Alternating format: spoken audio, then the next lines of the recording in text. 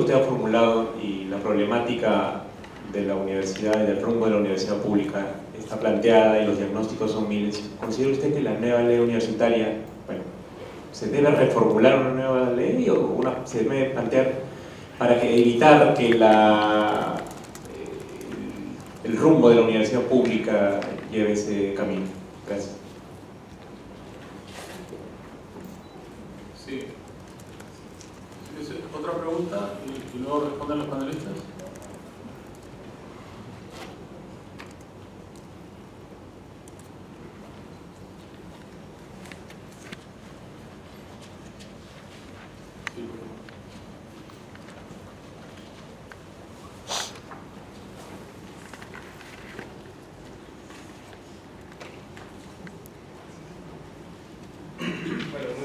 Muy interesantes las ponencias, en realidad diferentes ángulos de ver el problema o el futuro de la universidad, desde lo financiero, desde su rol, digamos, en la sociedad.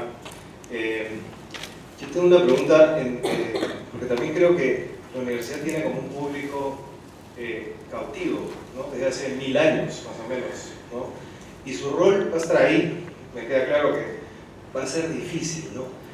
Sin embargo, veo, y personalmente estoy muy expuesto a tecnologías virtuales, y veo la evolución digamos, del conocimiento, que cada vez es más ubicuo, digamos. Y no sé si ustedes, que son, digamos, expertos en el tema, ven alguna, no sé si amenaza es la palabra, pero algún cambio potencial en este nuevo mundo en donde el conocimiento probablemente ya dejó de ser, digamos, potestad solamente de entes como la universidad, y cada vez va a estar en cualquier sitio, y se va a generar en cualquier sitio, y se va a producir en cualquier sitio. No sé si ustedes ven algo como diferente en el futuro, o creen que más bien el conocimiento, la generación del conocimiento, la difusión del conocimiento va a seguir siendo casi potestad del ámbito universitario. Bien, fascinante pregunta. ¿Alguna otra? Sí, por favor. Buenas noches, gracias por sus ponencias. Yo tengo básicamente 2 comentarios que tal vez puedan generar algún tipo de reflexión en los ponentes. El primer comentario está referido a que se dice que el Perú no tiene un plan estratégico de desarrollo, es decir, no hay un plan a largo plazo de hacia dónde vamos como país, y en ese reforzar nuestras competencias, reforzar aquello que nos hace más competitivos, sacarle provecho a lo que tenemos, ¿no? Entonces, esto tiene relación tal vez con lo que se dijo muy al principio. La creación de currículas o qué programas se ofrecen dentro de la universidad de alguna manera responde a qué es lo que se quiere hacer con el país finalmente, ¿no? Entonces, al no haber en principio o en términos generales este norte, queda ahí un tema en el aire que lo conecto con mi segundo comentario, que es que alguien alguna vez me comentó que había estado en Harvard. Entonces, en Harvard le decían, nuestro producto, o sea, lo que nosotros ofrecemos, no son nuestros cursos ni las carreras que ofrecemos. Nosotros ofrecemos, nuestro principal producto es la investigación. Entonces, no tengo más información sobre el tema, pero eso me hizo pensar, ¿no? Si esa investigación de alguna manera son los que plantean la agenda o aquello que de alguna manera mañana va a estar, va a ser parte de lo que va a ser la sociedad. Por ejemplo, en el caso del video del dron, ¿qué pasa si ese tema de investigación sale positivo o todo el mundo lo implementa?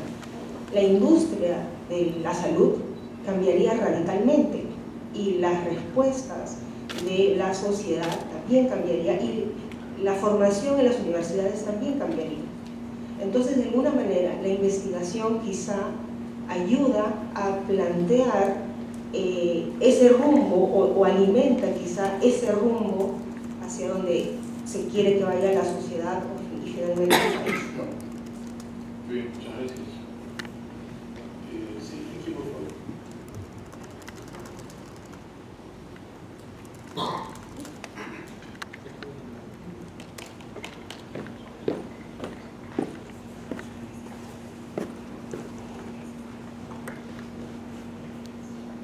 Cuando hablamos de la Universidad Peruana e identificamos sus ejes o sus pilares como la educación, la investigación y la gestión del campus, como se señaló hace un momento, también se habla de un eje transversal importante que es la responsabilidad social. Se habla de responder a la comunidad en que se desarrolla. Nuestro país es diverso y a veces desde aquí nuestra mirada es muy lejana a las múltiples realidades y facetas que tiene nuestro país. ¿En qué medida nuestra universidad la estamos concibiendo como una entidad acartonada y no estamos considerando o no nos estamos acercando realmente a lo que es nuestro país diverso? Gracias. Muy bien. La última pregunta.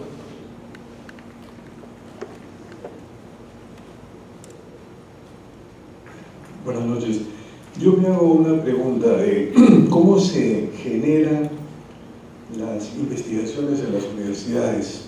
Bueno, he escuchado de que en algunos departamentos o entidades hay un alineamiento de cuáles son, qué cosa es lo que se quiere investigar. Pero bueno, yo he tenido una experiencia en la Universidad de San Marcos, he hecho un trabajo ahí y he captado algo. Yo soy de la agraria, también he hecho un trabajo hace poco. Y la pregunta que yo hago es la siguiente, siempre en los: ¿cómo se genera la investigación?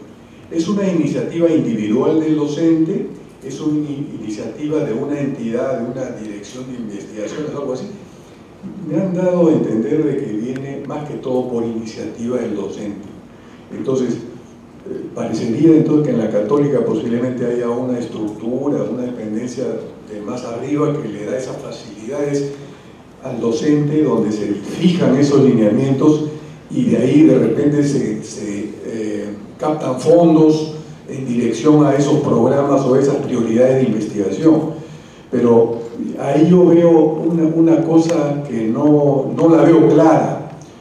En el caso, por ejemplo, está la doctora Salas, ¿cómo es en la Universidad de Arequipa? O sea, ¿cómo se estructura la investigación? Porque yo he hablado con un docente que ya tiene 81 años, con bastante experiencia, me dice: oye, todo el mundo es iniciativa del docente, no hay así. En fin, pero me gustaría un comentario acerca de eso. Perfecto, muy amable, gracias. Bueno, ahora sí, con usted cerraríamos, pero finalmente.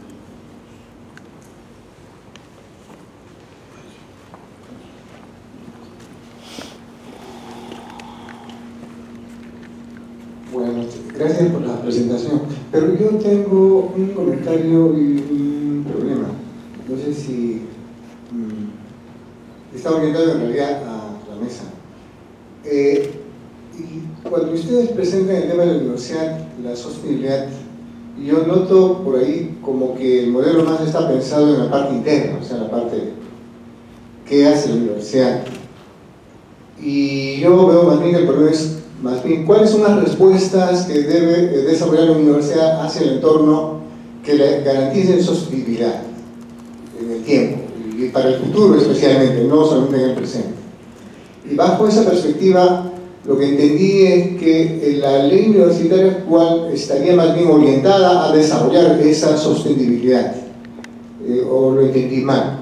Ahora, si esto es así, más bien yo diría que es lo contrario. Más bien, la actual ley universitaria creo que más bien ha establecido un conjunto de parámetros que la hacen más insostenible estructural internamente, y por tanto la capacidad de respuesta que tendría la universidad a futuro no sería la que nosotros desearíamos, ¿no? Quisiera que eso lo precisaran esos términos. Gracias. Gracias por la observación. Muy bien, empezaríamos con la respuesta de Renzo Sarabia. Bueno, voy a tomar un par de preguntas porque primero sobre lo que comentabas de la potestad del ámbito universitario para este proceso de investigación, de creación de conocimiento.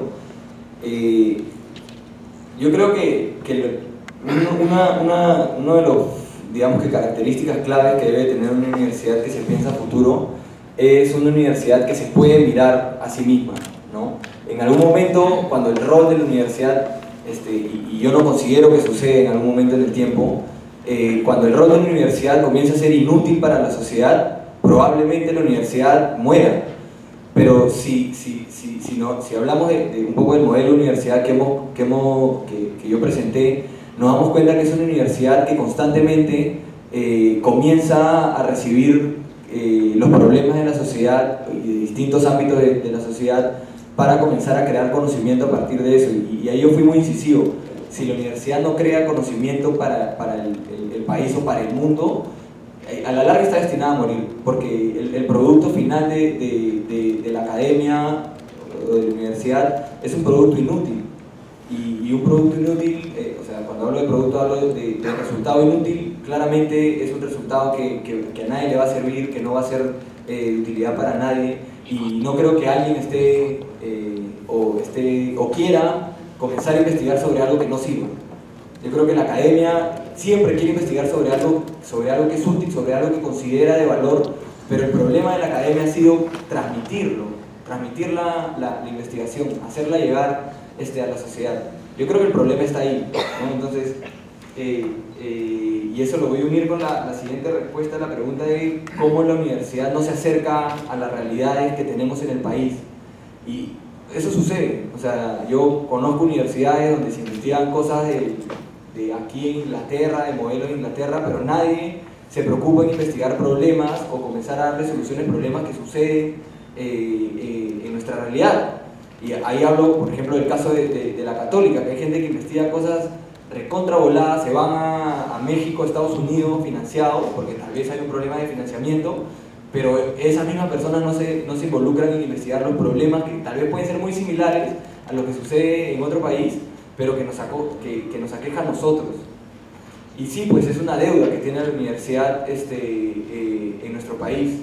Yo creo que parte también por no entender que este concepto de responsabilidad social no es un concepto de ay, yo soy la universidad, tú eres un pobrecito y yo tengo que entregarte a ti investigación, sino de que yo creo que el concepto va a decir, bueno, yo soy un actor más, yo soy la universidad, soy un actor más, y mis mecanismos de funcionamiento y las interrelaciones que yo tengo pueden servir a solucionar esos problemas, y tú, la sociedad, tienes algo que decir, ¿no? Entonces, en la medida en la que eso siempre exista, yo creo que la universidad no va a morir, porque van a haber problemas sociales siempre, y sociedad va a existir siempre. Si la sociedad no existe, nadie existe, esto no estaría sucediendo. Entonces, yo creo que en la medida que existan problemas sociales, la universidad va a ser la puerta principal para canalizar estos problemas y comenzar a encontrarles soluciones.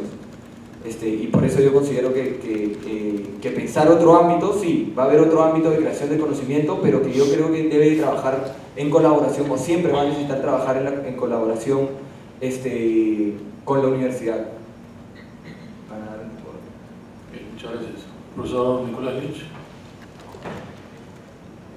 Sí, empezaría por el tema de la ley universitaria, que en realidad ha sido muy cercano a mi labor en estos últimos años.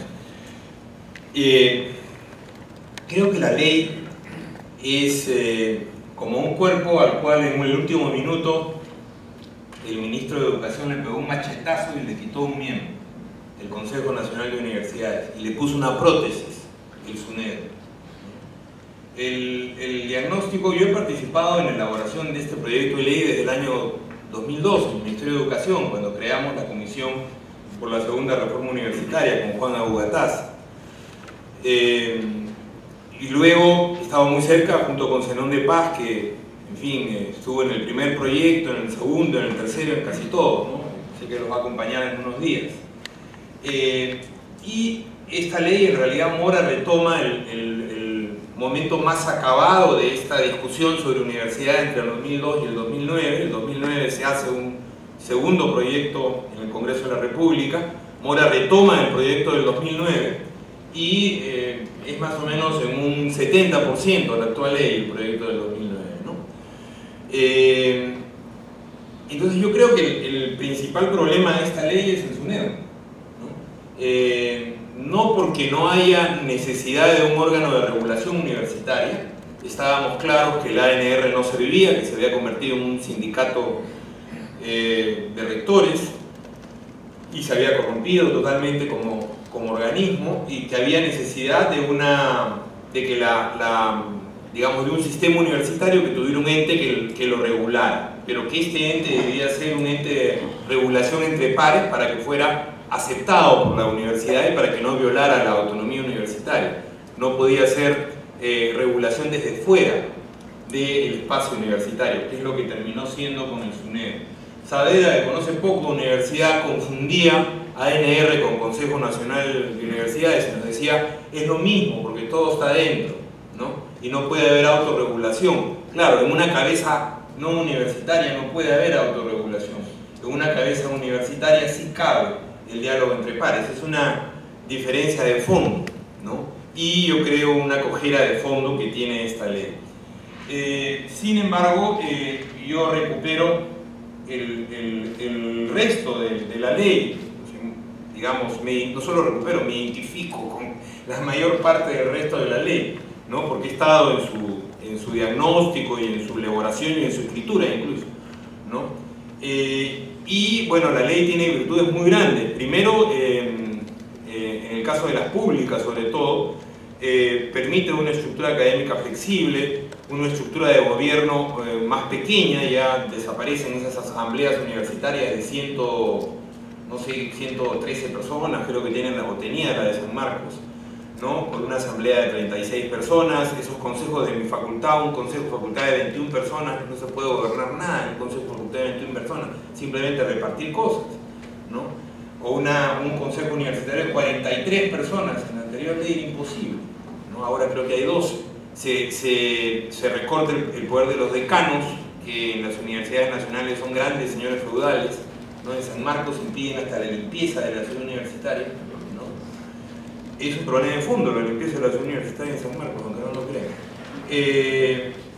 Y bueno, yo creo que, como les digo, una estructura académica mucho más flexible que permite a los estatutos adecuarse a la realidad de su universidad sobre la base de esos lineamientos.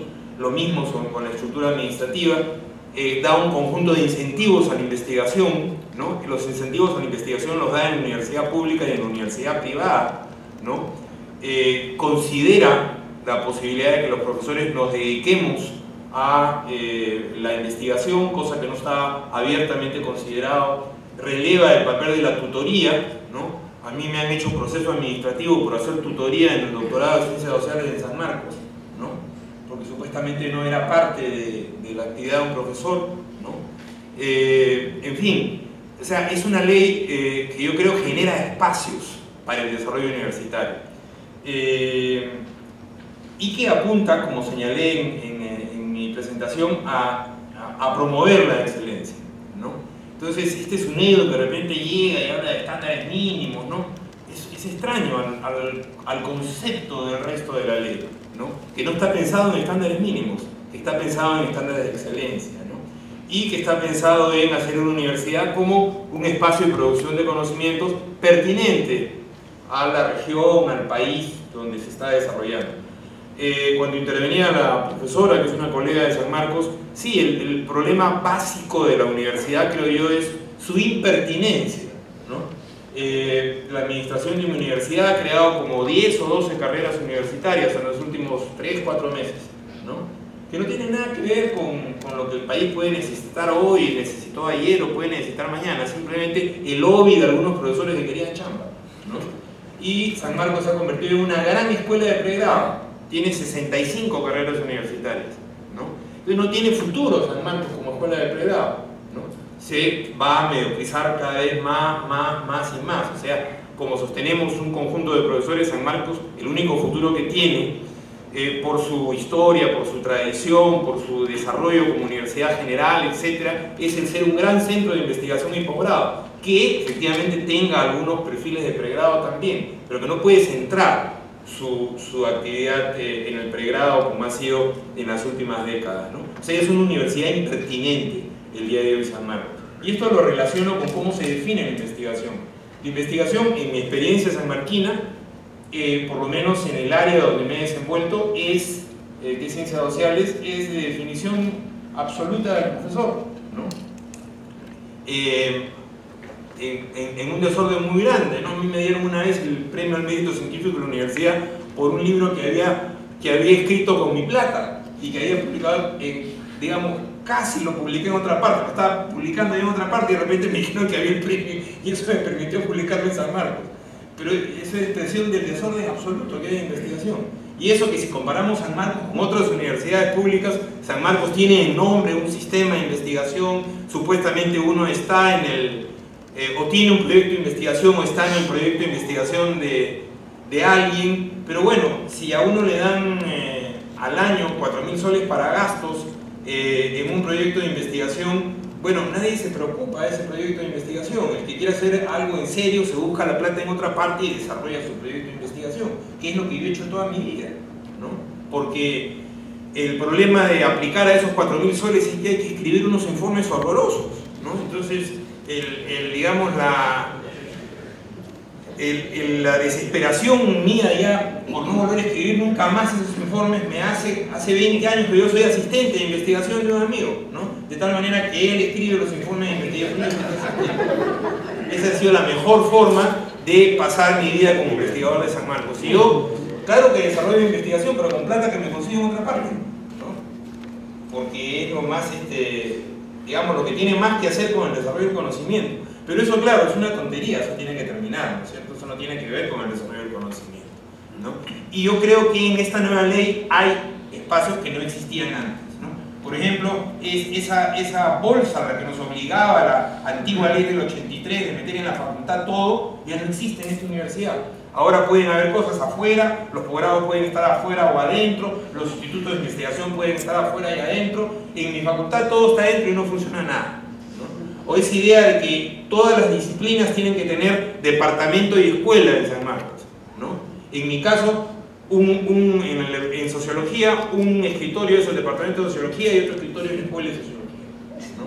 Porque es absurdo, ¿para qué tenemos departamento y escuela de sociología? Pero lo impuso medicina, donde sí hay necesidad de una escuela de medicina con sus departamentos de servicio. En ciencias sociales eso no tiene fe ni cabeza. Esta ley permite que ya no sea así, ¿no? Ese es, por supuesto, el ejemplo extremo, ¿no? Y luego tiene un conjunto de controles para las privadas que no tenían la antigua legislación. Le exige a las privadas un 30% de profesores a tiempo completo, nombrados en un plazo de 5 años. Le exige a las privadas una determinada cantidad de su presupuesto para investigación. Le exige también para que pueda tener los beneficios que señala la ley, que el órgano regulador, en este caso el SUNEDU, pueda hacer una revisión de sus cuentas, etc. Le exige mínimos a las privadas, que existen además, donde hay universidades privadas con fines de lucro, existen en casi todas partes del mundo. Yo no conozco un lugar donde a las privadas no las fiscalice nadie, ¿no? Y digamos, es bastante plural, excesivamente plural. Yo hubiera terminado con el decreto legislativo 882. Todos los proyectos anteriores terminaban con el decreto legislativo 882. A mí me parece un horror. Yo creo que no tiene nada que ver con el desarrollo del conocimiento. Sin embargo, es incluso excesiva en